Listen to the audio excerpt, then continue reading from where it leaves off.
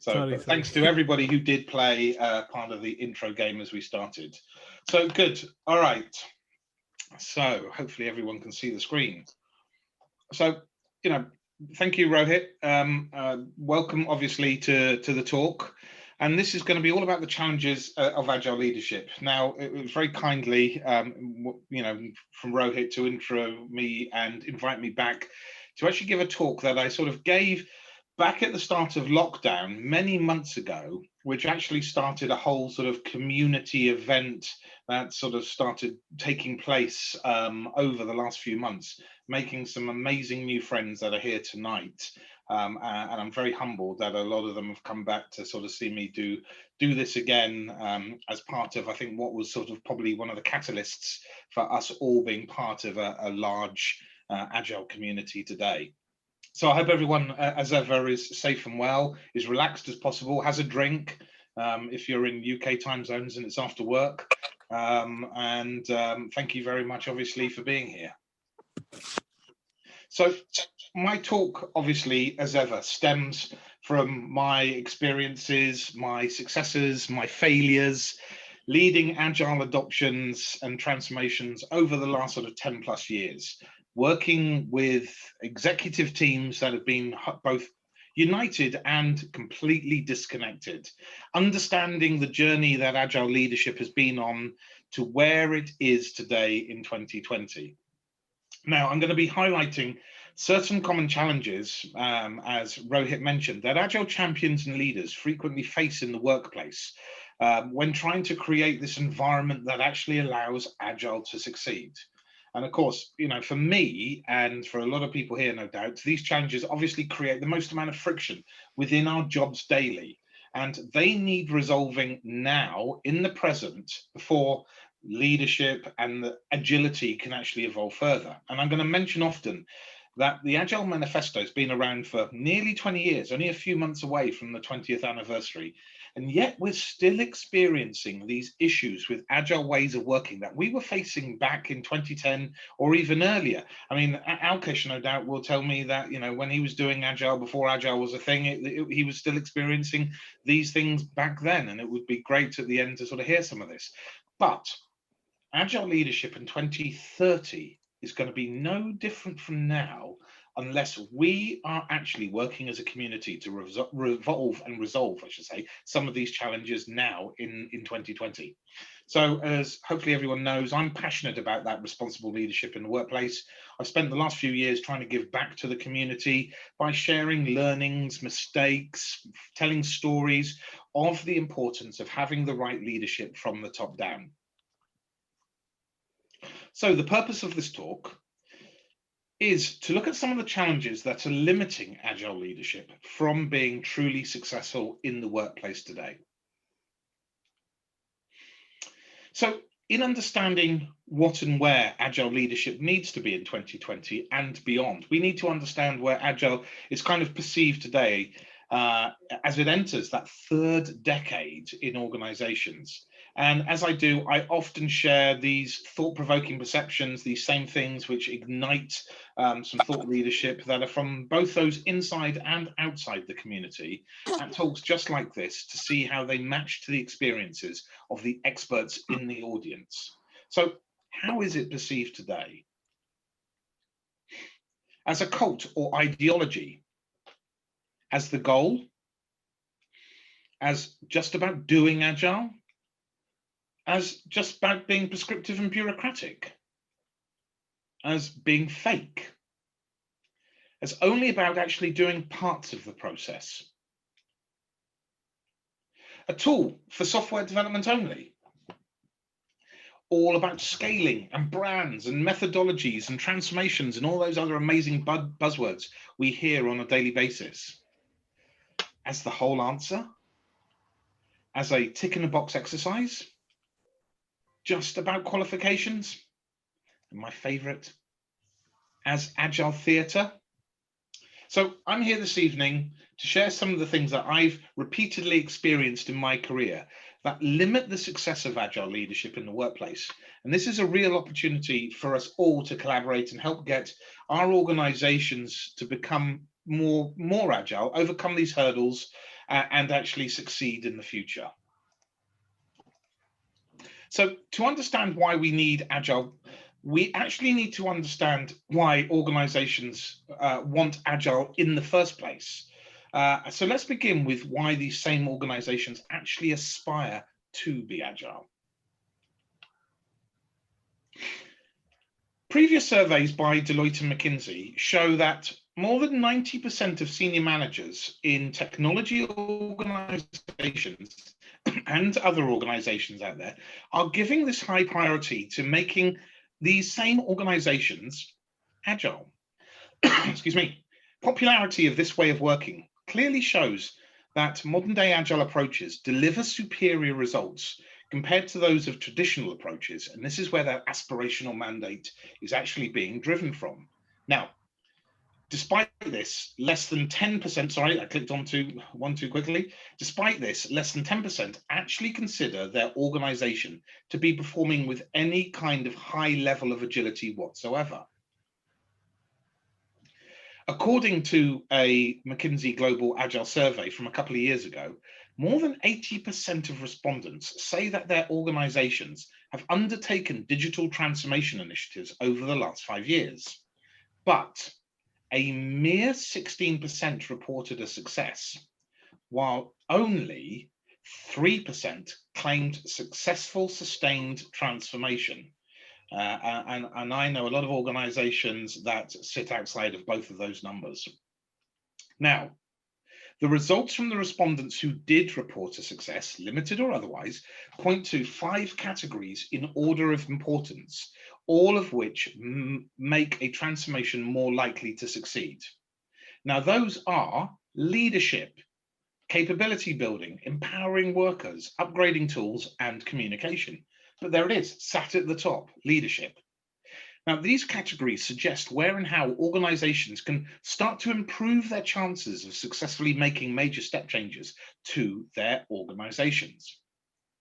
But it still seems mind-blowing that nearly 20 years on, we are continually identifying the same criteria time and time again to make these transformations successful, but somehow doing little about it to make these changes last.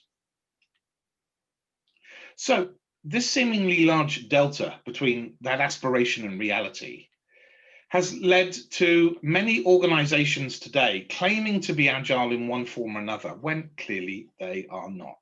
I can name a few, especially if, according to their results, they do not have the right leadership in place to help bring about the required changes to improve on that 3% score. So what is agile leadership? Now, I'm not going to focus a large portion of the talk on this particular topic, but I do want to share what I believe agile leadership is today, who an agile leader may be, and some of the attributes that I think make a great leader. And I do know that there's people here today who are part of this and fit into these categories.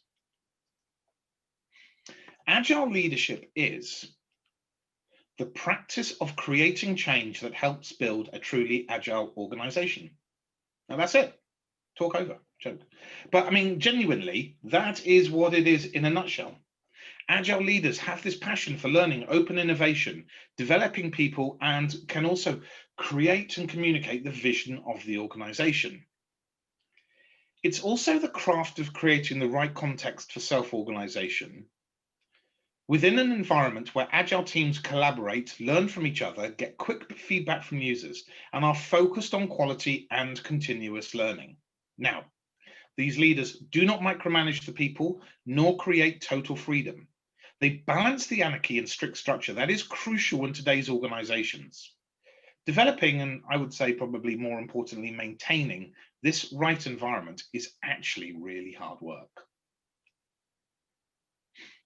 These leaders focus on principles such as designing and improving the culture, facilitating teams to take ownership, coaching these teams to understand, obviously, the agile mindset, promoting and learning, and feedback from experiments and failures, and co-creating long-term goals with the teams so they know what they are aiming to achieve. Now, additionally, these agile leaders have to operate well in a wide range of circumstances, especially new, changing, challenging, and often ambiguous situations. So, who in an organization is an agile leader? Think of the role of the agile leader as a placeholder for whatever you decide to call the role. Now, it's going to depend somewhat on your organization and how you organize your work accordingly. An agile leader, for example, could be a coach, a senior executive, a product owner, even a project manager. Yes, I did say that. A scrum master, a release train engineer, a coordinator. The list just goes on and on and on. But one mistake I've wrongly seen happen many times: you don't necessarily need to go out and hire someone specifically as that agile leader within your organization.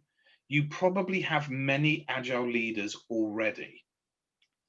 So for whoever is in the position, it is a critical function and it needs to be a key part of any organization for any complex cross-functional endeavor that involves more than just simply a handful of teams.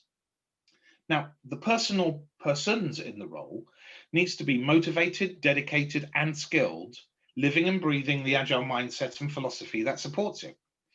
Now, the reason I say persons is that the agile leader doesn't necessarily need to just be one person. It can be a pair or a small close-knit team, as long as they collaborate tightly and speak with one voice.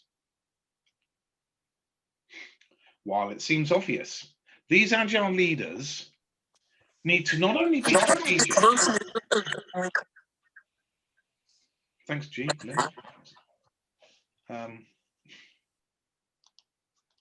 So need not only be strategic, but also effectively lead in the present to address any issues or challenges the team may be currently facing. Agile leaders must also inspire that creativity and innovation within the employees, within the teams, so that as the organization actually moves forward, employees are directly contributing to their successes.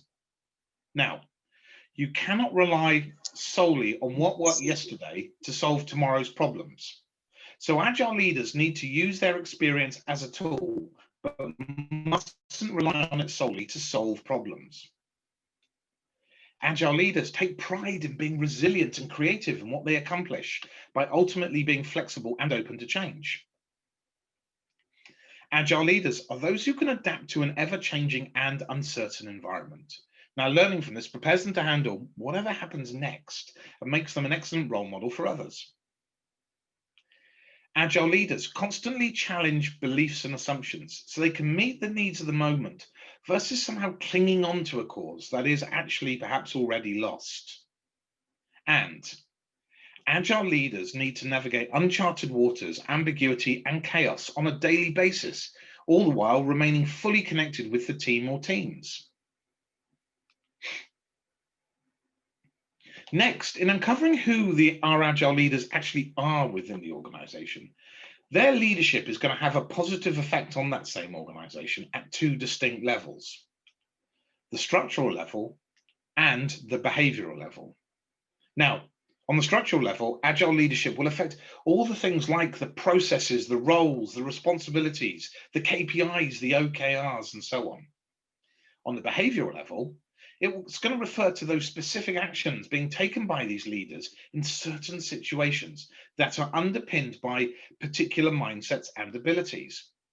So taken together, these structural and behavioral effects mutually reinforce each other and culminate in a leadership experience that extends its influence across the entire organization. Now, talking of influence, the following points for me are key to understanding this role of this agile leader. So, leaders and managers, both mobilize the people and resources and explain the vision. But that's where it ends. Because leaders focus on goals. Managers focus on tasks. Leaders take risks. Managers mitigate risks. Leaders sell it. Managers tell it. Leaders go against the grain. You see where this is going? Managers go with the flow. Leaders motivate, managers approve. Leaders inspire trust, managers expect control. Leaders foster ideas, managers assign tasks. Leaders innovate, and managers use what works. So this leads nicely onto the challenges themselves. And as I often do at meetups and conferences on these topics that I'm passionate about, I like to share the most common, most often experienced and possibly hardest challenges that I see or face most often in my career that are limitations or blockers for me in my quest for being an agile leader and enabling agility the best way I can throughout organizations. Now, I'm not here to provide solutions for these, but I'm going to share and highlight the challenges and some of the things we can do to limit them, which you'll see follow a well-trodden path of recurring patterns, which then become opportunities for us all as that agile community to help truly solve together. And I'm going to explain more about this at the end of the talk. So I'm going to start with challenge number 1, where organizations wrongly claim to be agile. The term agile is often applied to organizations or parts of that actually have no substantive claim to any kind of agility whatsoever. And again, I could name a few. This usage wrongly leads to many organizations being called agile, even though they're still managed through traditional bureaucracy without any true agile leadership. This over-eagerness to self-identify as agile has actually created fake agile or agile theatre among organizations that misunderstand or simply ignore the true application of agility. You know, to understand whether an organization is agile or not, you've got to look beyond what they are simply saying to us, and you've got to understand and look at how they are actually operating. Some of the most successful organizations that have implemented an agile way of working don't even use the standard terminology of agile at all, or worry about calling themselves agile in any way. And this is also known as agile without the label. So their business agility, coupled with great leadership, is an important reason why they've become the most valuable organizations in the world today.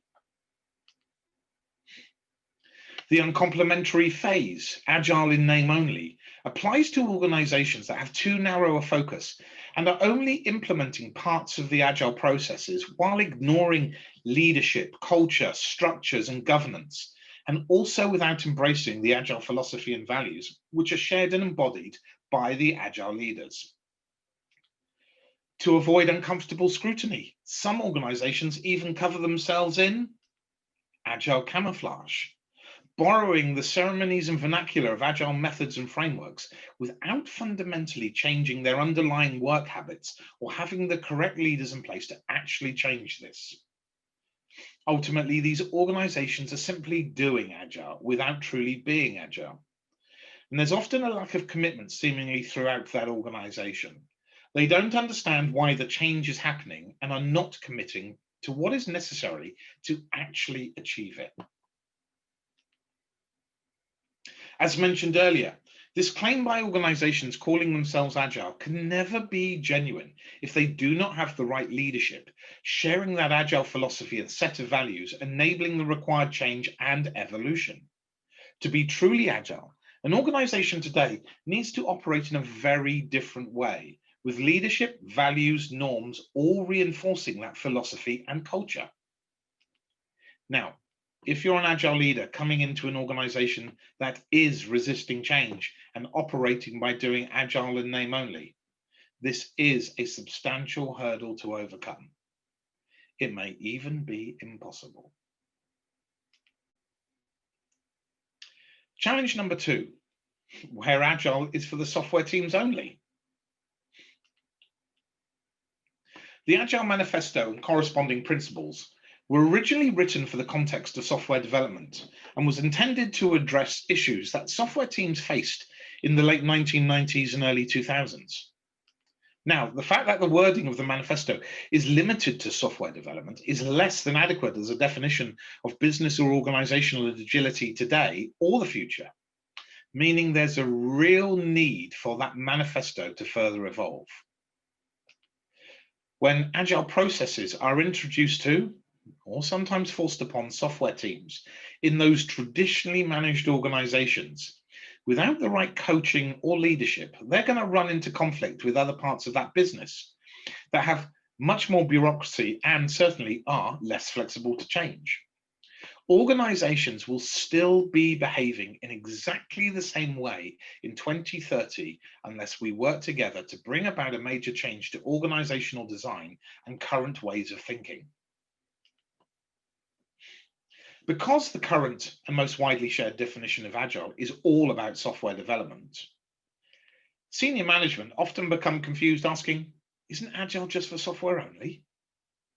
Now, as I've personally experienced far too often, certain non-agile leaders of an organization undergoing that change or evolution or transformation, or whatever you and your organization call it, think all that's involved is the software teams learning a new framework.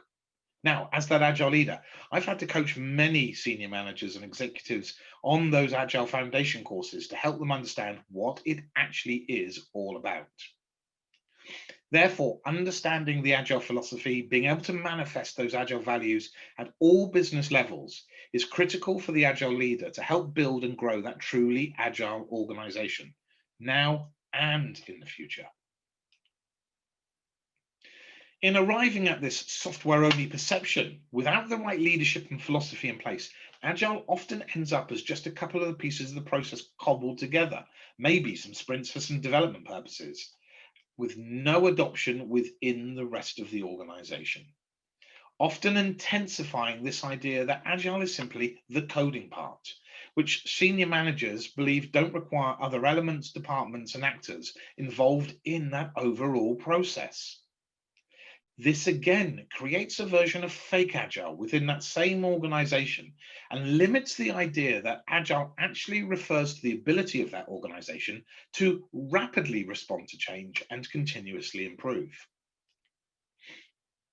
So if you are an agile leader brought into this kind of environment that is unaware it needs to change or somehow is simply resisting it, you need to find ways and try different approaches to enable agility throughout the whole organization and not just have it working in the software teams, to ultimately remove large parts of organizational friction. Now, this can be achieved by things like systemic coaching, sharing the why, learning from other organizations, introducing communities of practice and communities of experience, finding your organizational champions, and creating the right ways of working, as well as possibly introducing other changes like beyond budgeting in finance departments and transforming human resource departments into people management teams and having them lead the organizational change with their broad reach. Now, I've got a personal hang up with the phrase human resources. For me, it categorizes us in the same way as office resources or hardware resources. And there'll be many other items we as a group can add to this list. And I would genuinely love to hear afterwards and learn from those who have got those successful approaches to applying agility throughout their organizations. And I would also love to hear about the approaches that don't work, that have failed.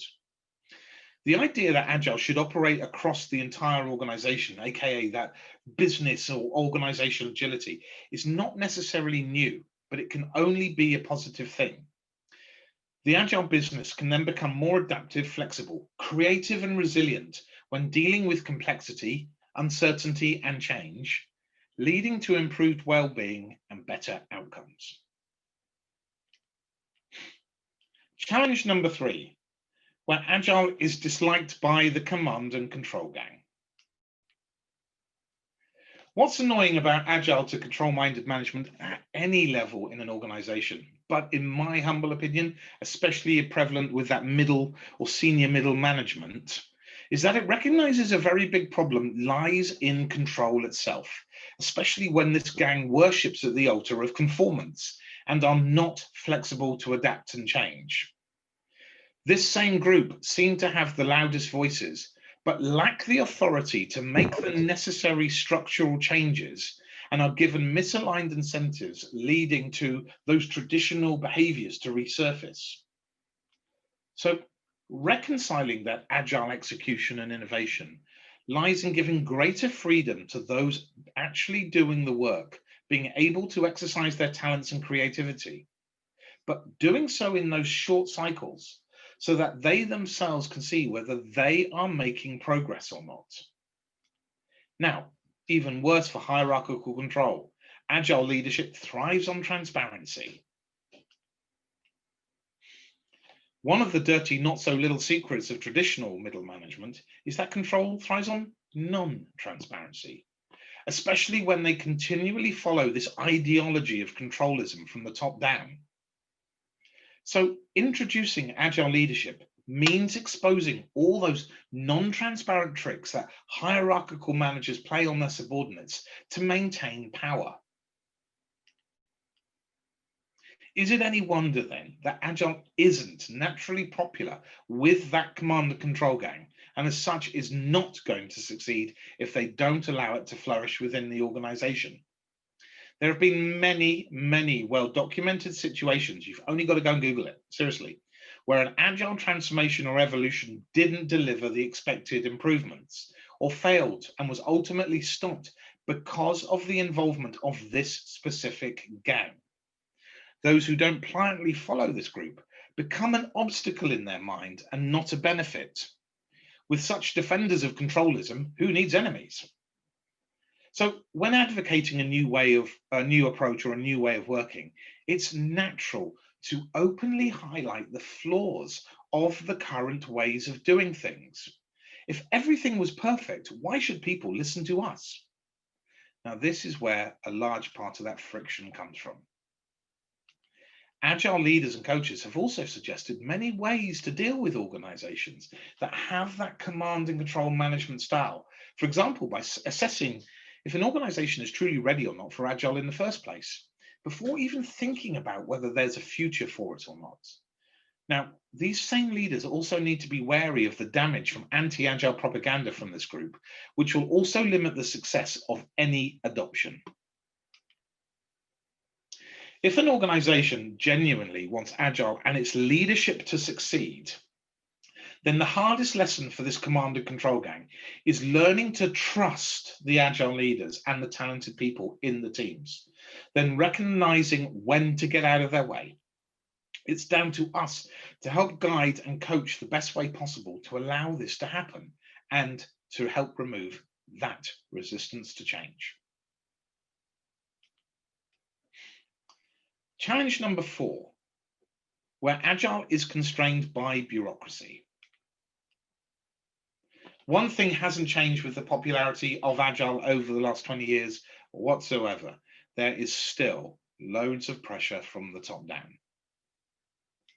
Now, I hope you agree, but personally, I believe in an ideal organization, C-levels should, if not, must transform and promote the agile changes too. And I should know, being one. And I've worked with some amazing technology leaders and mentors who have done just this throughout my career. And I'm sure you all have similar people in mind too. I've also worked with those C-levels who haven't supported and promoted the changes, believing that somehow they know better when clearly they didn't. In many companies I and agile colleagues have worked in, excuse me, it's still often not the case today, where they revert back to the only processes and behaviors they know, believing that somehow they understand how to deliver better than the agile leaders who actually look after the teams and the outcomes daily. Agile leadership will be stuck in a perpetual loop and can't evolve if we continue to experience this resistance and friction. One author, Gary Hamel, gave a vivid description of bureaucracy and this top-down pressure in a front-page Harvard Business Review article titled "Bureaucracy Must Die." And he summed it up as, strategy gets set at the top. Big leaders appoint, power trickles down. Big leaders appoint little leaders. Individuals compete for promotion. Compensation correlates with rank. Tasks are assigned. Managers assess performance. Rules tightly circumscribe discretion. So as such, these same executives are still focusing on snapping their fingers, trying to become agile magically, often without any care or understanding the why, and hoping for a faster time to market, which ultimately never comes for them or anyone else, or simply choosing to ignore it altogether. As I've experienced, certainly over the last 10 years or so, there are some in senior management, and note, I do not call them senior leadership here, that don't understand what Agile actually is, and sometimes don't even want to understand. I very recently had a rather ignorant line manager as a CIO who used to say of the Agile way of working to others, "What is that Agile thing you do?" Even if I told him 20 times a week. Now, I once got an apology from the people we were talking to in a large meeting abroad after he said it and walked away. Needless to say, less than 6 months later, he was no longer working there as the CIO. Now, I've also recently worked with an exco that was so disconnected simply due to bureaucracy being the company culture when I arrived. So this same group mistakenly think it's some kind of anti-bureaucracy, voodoo, I've even had it called in the past, associating it with a lack of control or management, wrongly being believed as a chaotic free-for-all, if you like, with no plan, which leads to that lack of coherent, coordinated approach across an entire organization, i.e. no clear view of the changes which together lead to those successful outcomes. Or, possibly through an element of fear, they believe they will lose control of the products and not be able to make changes to them as and when they see fit. Just take a drink. Senior management often experiences friction with new Agile ways of working, often due to a lack of education given of the journey being taken, even if they are the ones who've mandated this change in the first place, or a lack of coaching to understand the why, or a lack of trust of the people who are responsible to deliver. That's such a fundamental one, that trust piece. Or even simply just down to a general resistance to change. Wrongly thinking sometimes it's going to cost too much to implement when everybody's just solely focused on budgets, often obviously in the first place due to the need of those required roles to deliver successfully. Or losing sight of the real goal, which is achieving successful business outcomes, not simply doing Agile as some sort of tick in a box exercise to say the company is now Agile. Big reveal moment now. Drum roll, please. It's not all their fault. A fundamental issue for that senior management is that the standard vocabulary born from the foundations of Agile with frameworks like Scrum was devised purposely to be unattractive to this same management group. Now, I understand why this has happened, but I don't understand why it hasn't since evolved over the last 20 years. One thing Agile leaders and coaches have to be mindful of is that these same frameworks have offered little or zero guidance to those people who actually have to change the most. We, as an Agile community at times, seem to have completely missed the fact that the people who need the most coaching and support are those senior managers who are in charge. Now, it seems crazy to believe, but I've only seen this being openly discussed at events like this for the last few years, yet we have been working in Agile ways for nearly 20. Did we all hope somehow this friction would simply disappear, or were we, including myself, wearing blinkers the whole time? A lot of senior managers I know aren't actually fighting Agile. They simply haven't understood how it applies to their roles or how to perform those roles in ways that enhance that genuine organizational agility. Because of this lack of support for this group and education for this group, that iterative change has become so fast with our Agile ways of working that big hierarchical bureaucracies cannot cope. And in turn, that means senior management cannot cope with the pace of Agile either. Sending commands up and down the management ladder is simply too slow and cumbersome and causes further friction if not managed properly by our Agile leaders and coaches. The voice of the customer is often lost in those same battles up and down this same management ladder, with those at the top being so far removed from the customer and the work being done to even truly know what is going on, let alone understanding how to respond to it.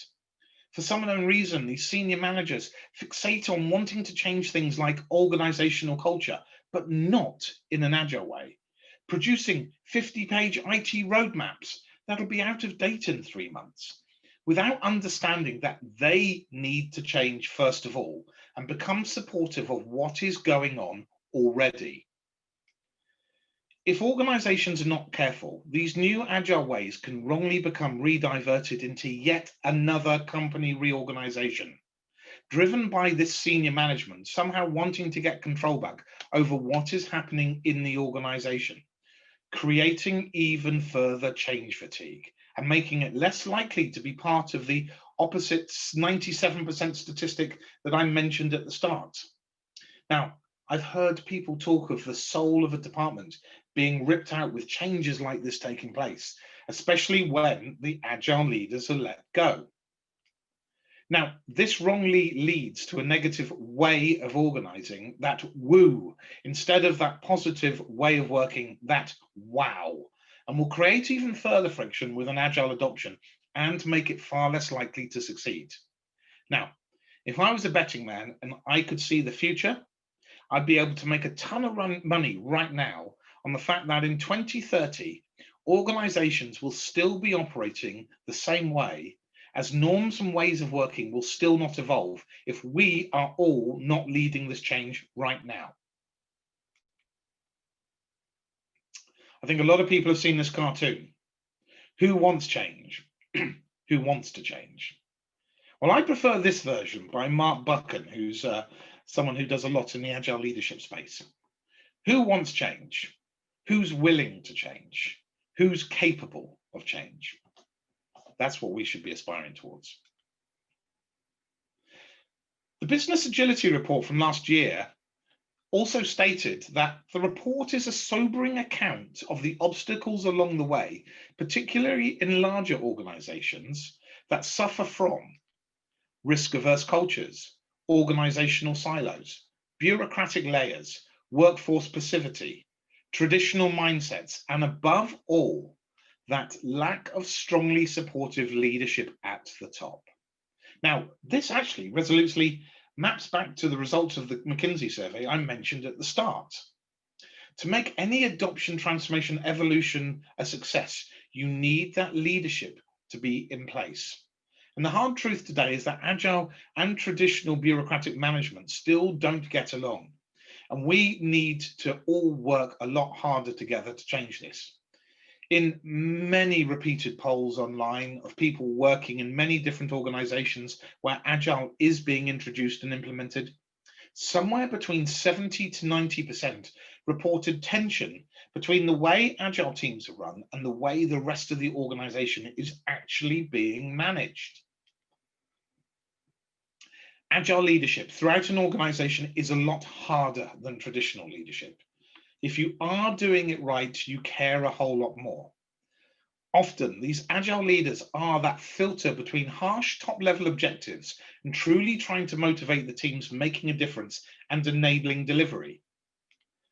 Agile leaders must help organizations and senior managers understand that it's not a new level of anti-bureaucracy and that they're not going to lose control of their products, and understand that they need to help coach the senior management to understand what it is they are committing to, which I believe is a quote from Deming. They must also ensure they're providing the guidance required and advising the senior managers of the approaches being taken by the teams, bringing them on that same journey. And finally, they need to be part of the success criteria to help senior managers to become senior leaders. An agile leader is by necessity someone who lives and models this agile mindset, i.e. someone who's pragmatic, knowledgeable, flexible, open, respectful and responsive, not prescriptive and bureaucratic. So this leads nicely onto our last challenge, where organizations have a fixed or growth mindset. As discussed earlier, organizations that are very agile often are often shy away from that label and are moving away from particular brands and are using their own homegrown words, which actually feel more genuine. Now, the main difference between those organizations that can claim to be genuinely agile and those that can't is for a large part down to those adopting that agile mindset at its fundamental core from its people and culture to its structure and technology, i.e., truly being agile and not just simply doing agile. Now, those leaders who adapt to the continuum of agile are going to see those improvements over time versus those leaders who don't adapt due to their fixed mindset, where they go through the motions of just doing agile because of some wider company directive. Now, if this mindset adoption doesn't happen, then that organizational culture is never going to improve, even if senior management somehow thinks it's going to be just fine the way it is. As some people in organizations wrongly believe, an agile mindset does not simply see things in that polarized view, i.e., agile or not. An agile mindset is that set of attitudes that support that truly agile working environment. And these things will include things like respect and collaboration, improvement and learning cycles, pride and ownership, focusing on delivering value, courage and experimentation, and that, I suppose, that ability to be able to adapt to change. Now, this mindset is necessary for agile leaders to cultivate those high-performing teams who in turn deliver amazing value for their customers. This mindset is also independent of terminology, labels, proprietary processes, or particular brands, and that somehow helps with fixing this perception of whether an organization can actually truly claim to be agile or not. If this mindset is cultivated by the leaders and nourished, the teams will experience amazing outcomes, happy employees delivering great value and great results. Ultimately, Agile is all about embracing that different mindset or philosophy. Agile is not a system, not a methodology, not a platform, and not an organizational structure. In my experience, when people and organizations have the right leaders and mindset, it hardly matters what tools, processes, and practices they're using. It just makes things come out right. Conversely, if they don't have the right leaders and mindset, it doesn't matter if they're implementing every tool and process and practice exactly according to a particular book or framework. No benefits will flow. And again, I've experienced this more often than probably anything else. The agile mindset is the environment within which teams truly flourish, enabled and supported by great responsible leaders.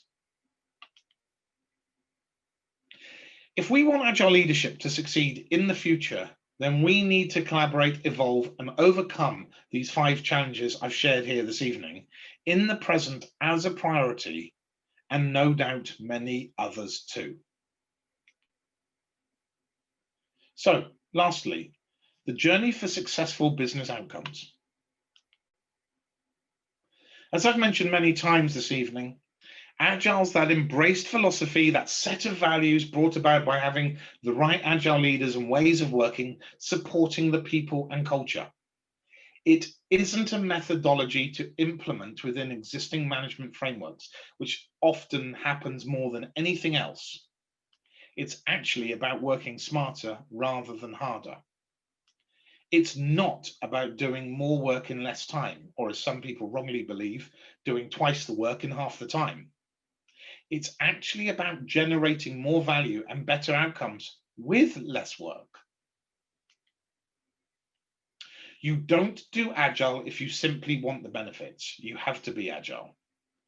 When you have the right agile leaders and coaches, the teams deliver within a business model that generates value for the whole organization, as well as their customers. As agile leaders, our goal should not just be about implementing agile. Our goal instead is about enabling successful business outcomes. All said and done, agile leaders are the key to enabling people and organizations to have the courage, knowledge, and belief to be truly successful. So finally and lastly, my parting thoughts page. In my humble opinion, true agile leaders embrace every aspect of agility. Set a clear vision that their team can embrace and own. Believe in their mission and live it on a daily basis. Build a culture of self-organizing teams. Create an environment that actually allows Agile to flourish. They focus on what really matters, delivering value.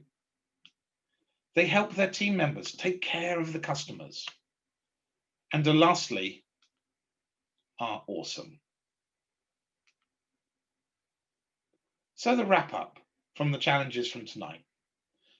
The purpose of the talk is not necessarily to provide those solutions or answers to these challenges that I shared, which impact how successfully agile leadership can happen in the workplace, which, as I said, hopefully become catalysts and opportunities for us all as this agile community to help solve together, especially if they're still being pervasive in our organizations today.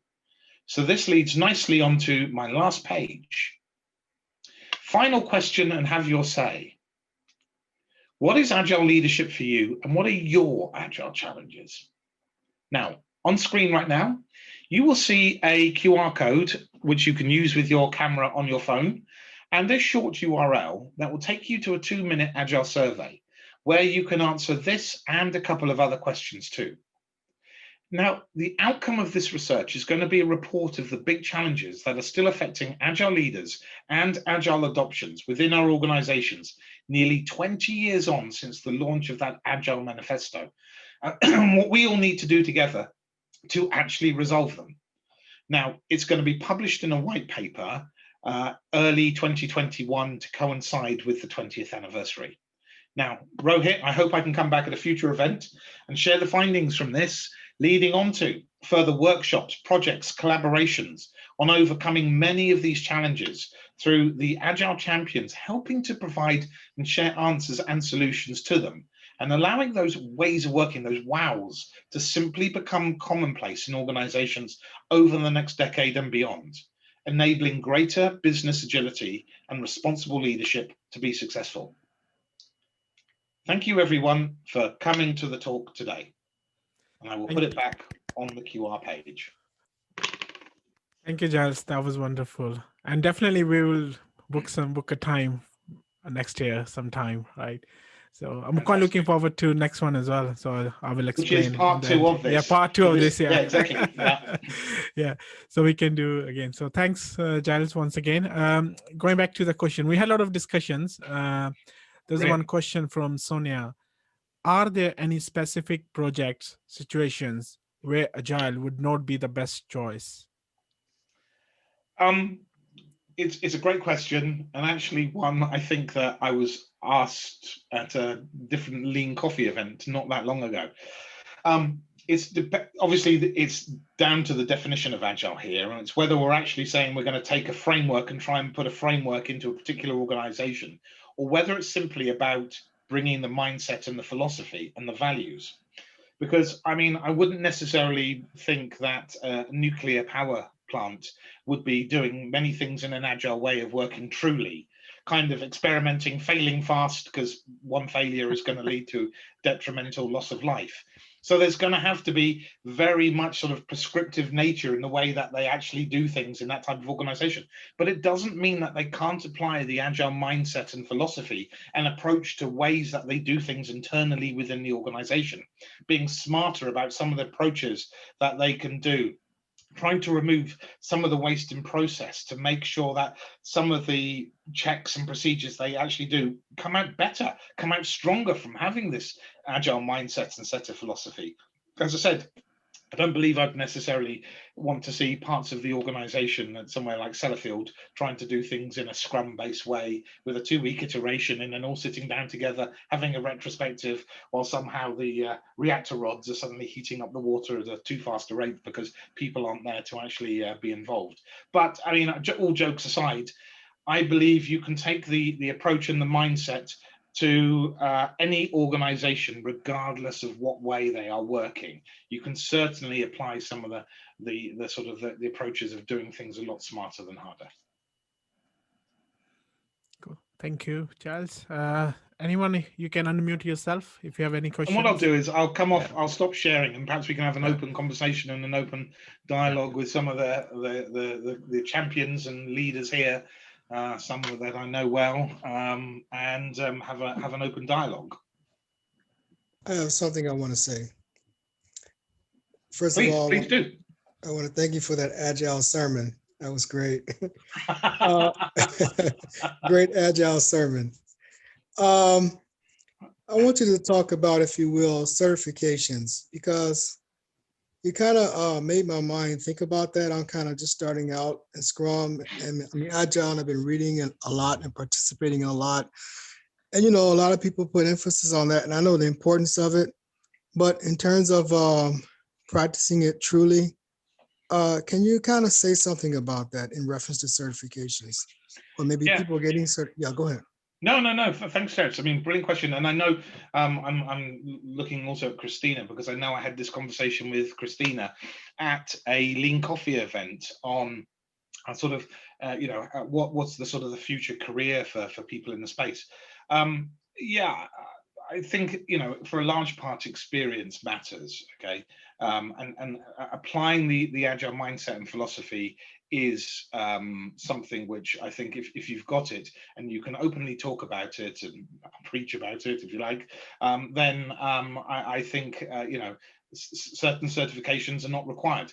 However, I don't think there's necessarily anything wrong with certifications in any way, shape, or form, as long as you're applying them to actually wanting to improve yourself, your own personal learnings, to become a better human, to be able to do your job in a better fashion as well. Because ultimately, that's going to create enablement and allow you to do things with those tools that you suddenly have to deliver, better outcomes and more amazing things within the organization. But I think from, and going back to the point I made when I did the Lean Coffee with Christina, is that I think we talk about it and introduce it too late into our lives now. I'd already been a developer for, I'm not going to say how many years, but well over a decade by the time the Agile Manifesto came along, all right? So the point being was, I was already a software engineer. Now, at that point, I actually had to sort of do a sort of shift left or shift right, whichever way you want to look at it, to suddenly kind of go, oh, I actually really like this kind of agile Scrum thing that we're doing, and went off and actually in 2004 became a Scrum Master.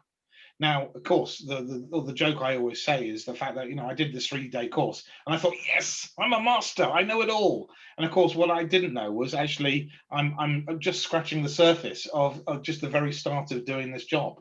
And actually, in fact, there's so many learnings and failures and pitfalls I've got to go through before I can actually truly say I'm really a practicing Scrum Master and know the values and the philosophies and everything else, perfectly.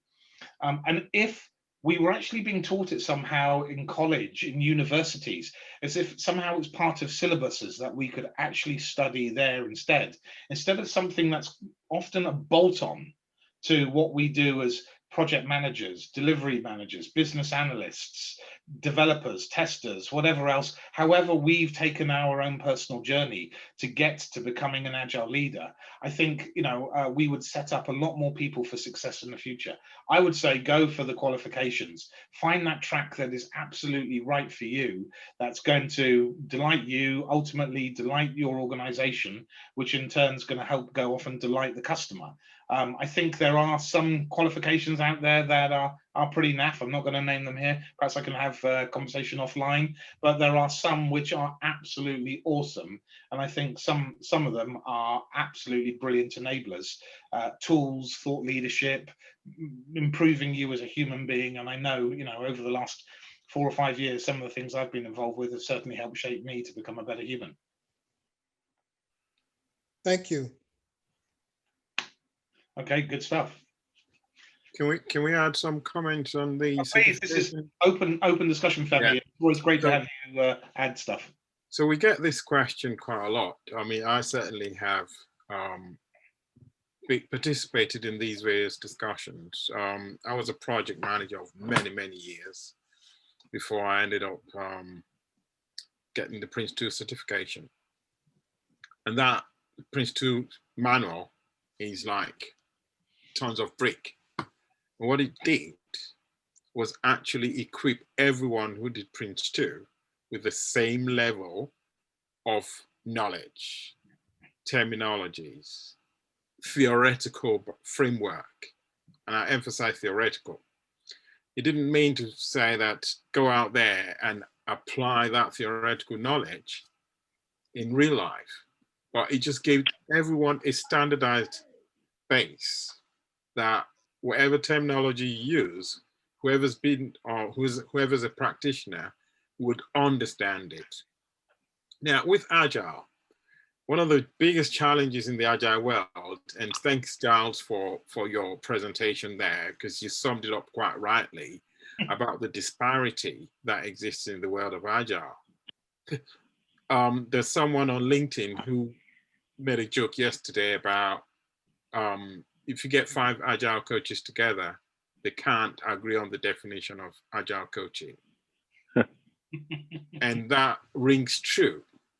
However, what accreditation does, what credentialing does, is that those credentials provide you with a consistent base, a plain level field. You can go away and interpret it whichever way you want after you've got your credentials. But having those credentials emphasize the fact that you belong to this body that defines tools, frameworks, whatever processes that we run in a consistent manner. So the badges themselves don't really mean anything as such that, you know, you're superb or your level of knowledge is higher than anybody else's, but it means that you've gone through a body of knowledge that says this is how the values and the principles and the framework should be defined. I think Thank you.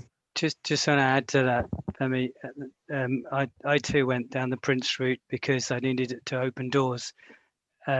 Most people who profess to need Prince don't operate it themselves.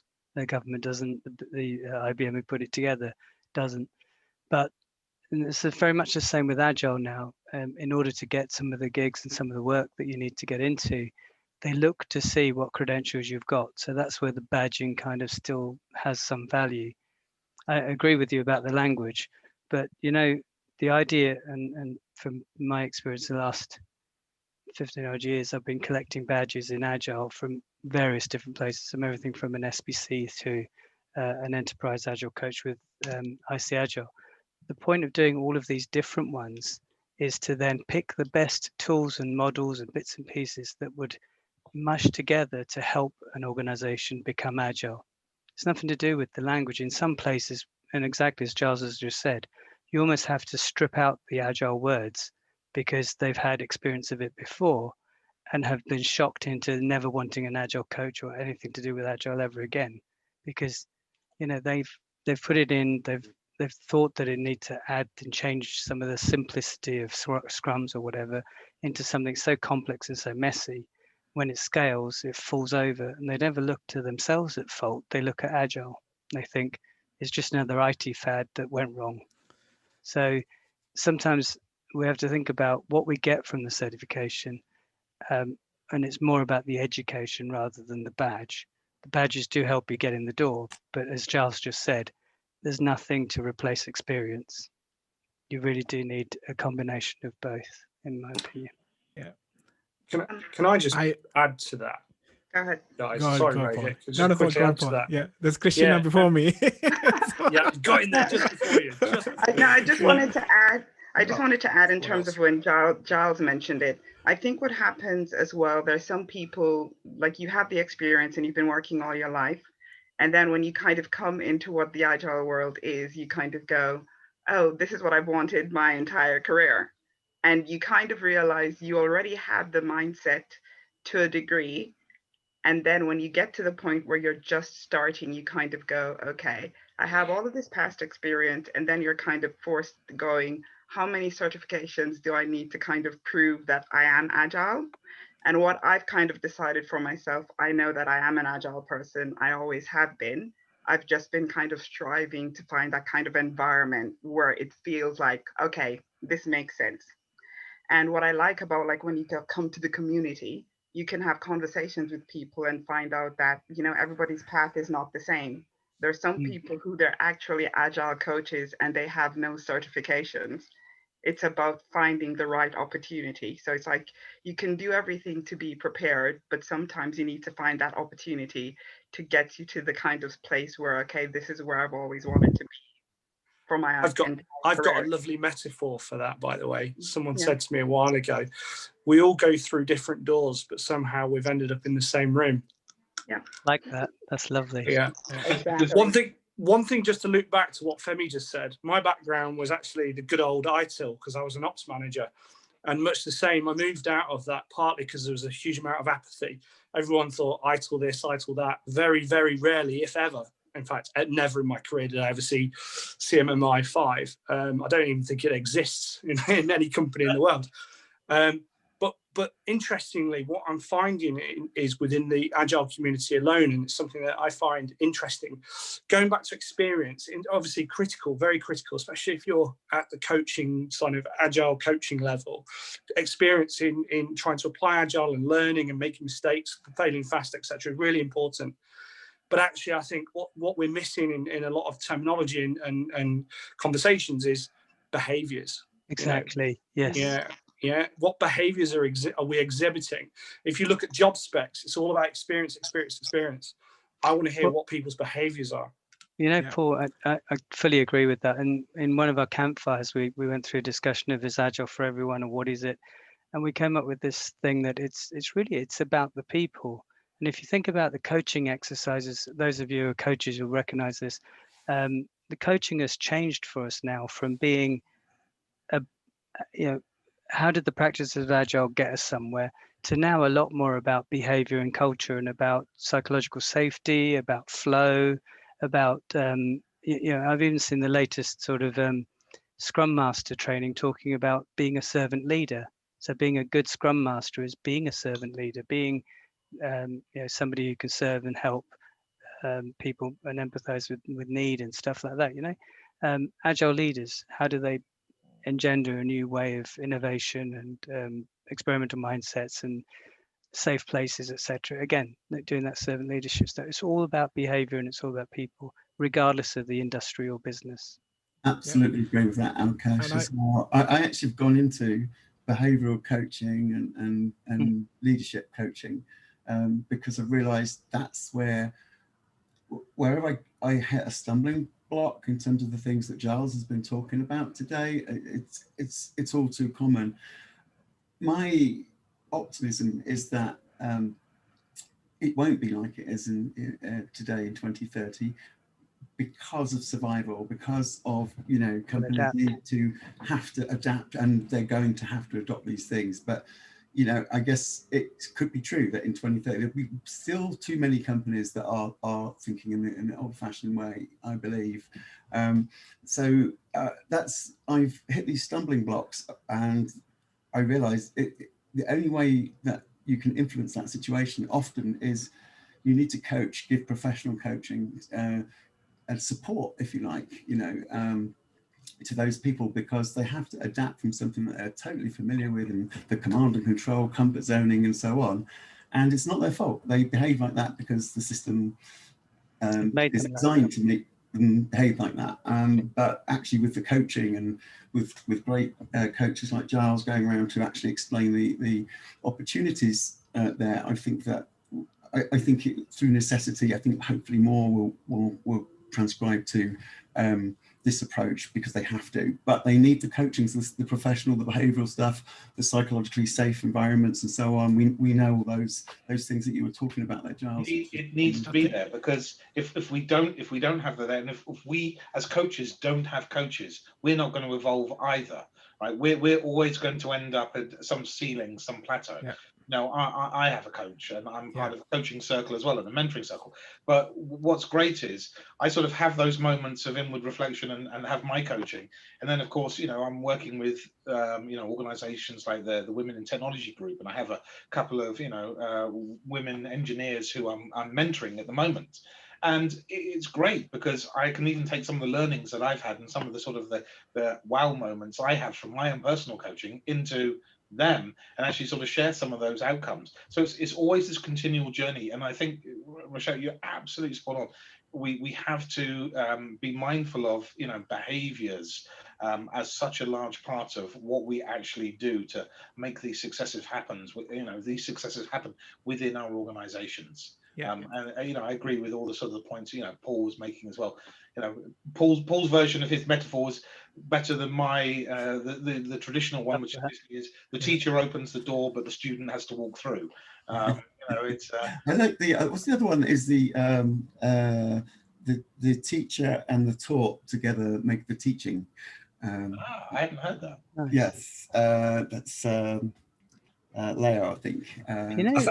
I'm thinking about writing a book of metaphors. I've got loads of them in my head. I don't know, Paul. I mean, but you're right. That what you're actually focusing on. I see there's some questions about sort of experience and stuff, and it's you can get the certificate. It's a badge to say that you belong to a club, that you belong to a community. That's the way I would look at those certifications, and that you've got a particular level of interest at this particular level and so on. And it also says you're probably a person who has a continuous learning mentality. That's what those certifications actually mean, because until you actually get out there, as many of you are, you've probably more experienced than me, you get out there, that's when it's like you learn to drive when you pass your test, they used to say back in the old days. But that's when you actually have to kind of go out there and get the real world, and no two situations are exactly the same. I think Giles will probably agree with that. It's a lot of disparity. When we had to sit there and do computers and other things, and I know I'm therefore showing my age and what have you, but that we were physically reading the highway code book and actually doing the hard yards and the hard graft of actually sitting there with the instructors back in the 19 and trying to take our tests as soon as after our 17th birthdays as possible. So with Agile, Giles, that there is quite a lot of disparity, as you know, like Scrum Alliance, Scrum Master. It's the little open book thing. I did it with Gabby years ago, and it was like there's 5 of us on the table, open book, 40 questions, and you can help each other. And if you didn't get 100%, it's because you didn't collaborate. It's the most ridiculous kind of way of getting a Scrum certification. The opposite end, you've got PSM.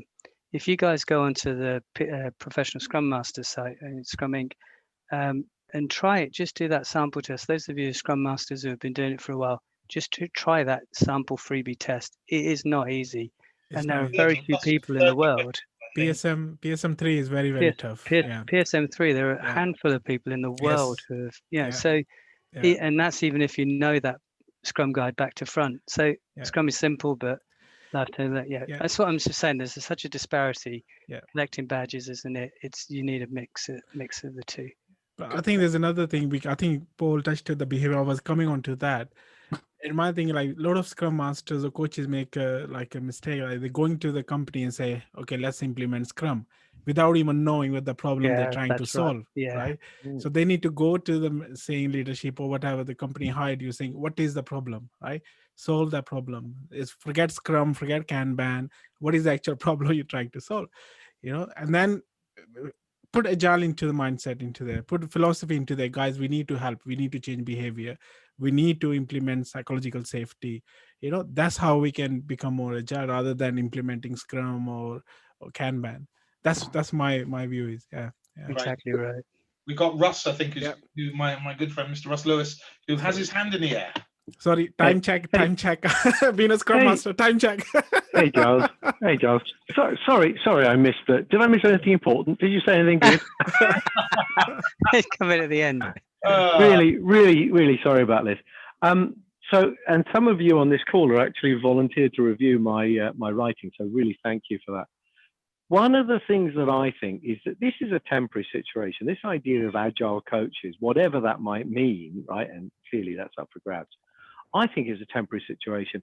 We are here to help transformation. We're here to help organizations go from whatever dysfunction they're in to whatever they would like to be that they think is better, right? 'Cause you don't transform unless you recognize you're in trouble. And the more I get into it, the more I understand and learn, the more I see that none of this is new. You know, we're not common sense. the real problems are agile. You know, agile was an engineering revolution that's been great. That's done. But agile doesn't solve your big problems. Your big problems are your big problems. They're fundamental to your organizations.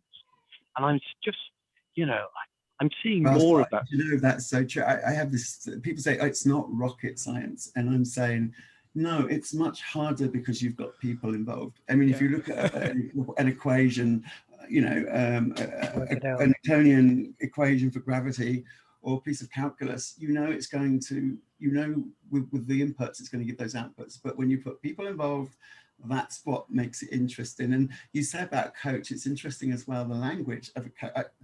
Often agile coaches, they come in as a teacher or as a trainer or as a mentor, not necessarily as a coach. Perhaps they have that skill as well, but I've not met so many agile coaches that are, you know, using necessarily professional coaching techniques or whatever. So, but that's what the organization actually needs is an actual coach and an agile coach. You know, those kind of skills. If you get a chance, go look at there's a video on YouTube by Lisa Adkins. She wrote the coaching book on this stuff, and she's got a thing called the X-Wing. So if you do a search on X-Wing, I've seen that. It's really good. Really good. Yes, it is very good. Alkesh and myself did a course last year actually, and we did it on the floor, didn't we? We actually took place and we actually had it, the whole X-Wing actually sort of laid out on the floor and actually doing the moving walks between all of those different areas of it. So it is, if you want to sort of learn something about where you think you are in that sort of organizational sphere of your knowledge of Agile and how it applies to your organization, it's certainly, to Alkesh's point, have a look at that. And internationally, to remember as well. So the Americans think coach is more kind of like a trainer and sports coach. There is a sort of language is coming together. And over here, sometimes they think that we're coming in to teach them, and yet a proper coach would first thing they do is just watch and listen. And can I just say one quick thing about the X-Wing as well? Although I've never been on the course, I've heard about it and how they tape it out on the floor. One of the great things about that I really like is that actually you're signposting what modality you're in at any one time, and I think that's really critical because a lot of people don't realize that there's a coaching modality and then there's a mentor, and and this whole agile coach title is conflating that, and I think it's really important for people to understand the different modalities. It's properly directed. So in front of you, coach opposite mentor, teaching opposite facilitator, and so it's not just a walk around, it's actually understanding what dynamic you're trying to put across at any one time. A good coach with enough experience, and we just also said it's all about people. At the end of the day, whatever business it is, it's people producing or servicing other people, isn't it? So it's always got to be about behavior. I think that goes to the heart of why coaches are hired. And I think the expectations of hiring coaches is actually organizational development. I don't think it's coaching, and I don't think it's agile. So that's our problem. And it would be fantastic if we as a group of agilistas could sort of have the conversation that says, okay, organizations, sponsors, what is it that you're really expecting from coaches? Because what the agile coaching industry is providing at the moment is probably not what they actually want. In a way, it reflects more of an organizational hierarchy. You've got this idea now that you can become a scrum master and not part of a development team and work your way up to become an agile, different levels of agile coaching. And that's clearly not what the organizations are hoping to do in terms of transforming themselves. No, so we could really help inform that conversation. Absolutely. We should do a lean coffee on challenges for for Agile leadership next year. Rohit. You're on, Rohit. You're on. No. We should. I'll set up something. Yeah. All right. Yeah. Can it be a lean wine? I think lean wine. David had a question. I think we finish at 22, so we got 4 minutes. So David, Okay. you raised your hand. So yeah, I had a question. It's slightly different though. It's a bit of a tangent, but I was thinking that, you know, Giles, when you said what you said about leadership, I completely agree with. Like, it's, you know, the leader is like how would you say, the person that leads, literally, as in you're the first one, you know, and people follow you, right? You're a leader when you have followers, I suppose, right? And the growth mindset thing. But it seems to me to be in slight contradiction with some of the terms that you find in the Agile Manifesto, for example, because you see things like, you know, respond to change. In my head, respond feels very passive, right? It's like it's an external, you're waiting for an external change and you're just merely reacting to it, right? And it feels very passive to me, as opposed to actively trying to find things. So, like, you know, if I go back to software development, right? You've done your software, and then you're waiting, kind of passively waiting for the external world to change before you react to it. Where I would be thinking, no, I want to still grow, right? That growth mindset. I want to find out the features that are better, right? There's always going to be something better for me to develop. I'm not going to just wait for the world to change around me for me to react to it, right? David, it's frustrating. We need to talk about this. I mean, responding to change is actively responding to feedback, which is what we're supposed to be getting. No, Quick. no, don't get me wrong. Proactivity is the innovation bit. You know, I agree with that. I'm saying I think the language might, how would you say that? Might drive some people in the way I see it being implemented is very passive, is what I see. You know, that's not how I think it should be. That's not how I do it. It has to evolve. It has to evolve. You know, relentless improve. You know, it was designed for the world of software engineering and software development, right? It was not designed for organizational agility. It has to evolve to take on that extra element for organizational agility, sort of now that 20 years on since it was first written. Now, the funny, crazy thing is, back in 2011, at the 10-year anniversary, which kind of just went past with a bit of a it really was a case that I think 11 of the 17 authors were actually asked, would they change anything of what they added in 2001? And the 11 who replied turned around and said no. But truly believe that if they had to be asked now in 2021, 20 years on since the inception of it, I genuinely believe, I mean, I hope and pray that they would all somehow be saying, yes, it needs to evolve to obviously be part of organizational agility, not just simply limited for that sort of single view of software engineering. And Giles, if you replace the word software with solution, suddenly the whole thing fits any organization, any business, you know. And I think the thing is that the way it's set up is very clear. It's almost like horoscopes. You read a horoscope and it matches everybody, right? It's written in a way that almost like lasts forever. It's defending it a bit here, I know, but what I don't think we live up to it in its entirety in any organization yet, even though a lot of it's common sense. And because we don't, it still sticks around. It doesn't change very much. There's words you could change too, like you know, they talk about working software as a measure of progress. Yeah, just working solution. I would argue that working solution, working software is not really. I mean, anybody can make any code that works. What does work mean anyway? You'd want to use the word more valuable, right? Valuable software would be. But they get away with the things like relentless improvement and you know, those sorts of things. They're always so Agile's never going to be perfect. We're never going to finish. You know, don't. We'll talk about this forever. Sorry, I'm getting tired. No, it's fine. Just I'll set up a lean coffee. I think it's an amazing group, right? Great topic. Yeah, great topics, and we all like into it, so we don't even realize what the time is, right? So. Everybody should be aware, by the way, that there is a Agile 20 celebration organized by Scott Seavright. You can join agile20.org. Yeah. You should all be aware of that. I'm doing some I'm doing some research work in that, but there's loads of other stuff. So contribute to talk, do something. Yeah, cool. It's about the past, present, and future of Agile. Thank you, everyone. Thanks for joining. Again, a wonderful session. I'll set up a lean coffee one soon. And then next month, we have part 2 of this, the challenges for Agile people from Giles. So please, RSVP, it's on the meetup group. So I'll see you then. Before that, obviously, I'll set up a lean coffee session. Awesome. Thanks, everyone. Thanks. Cheers, everyone. Have a good night. Take care. Bye-bye. Thanks all. Bye. Cheers, guys.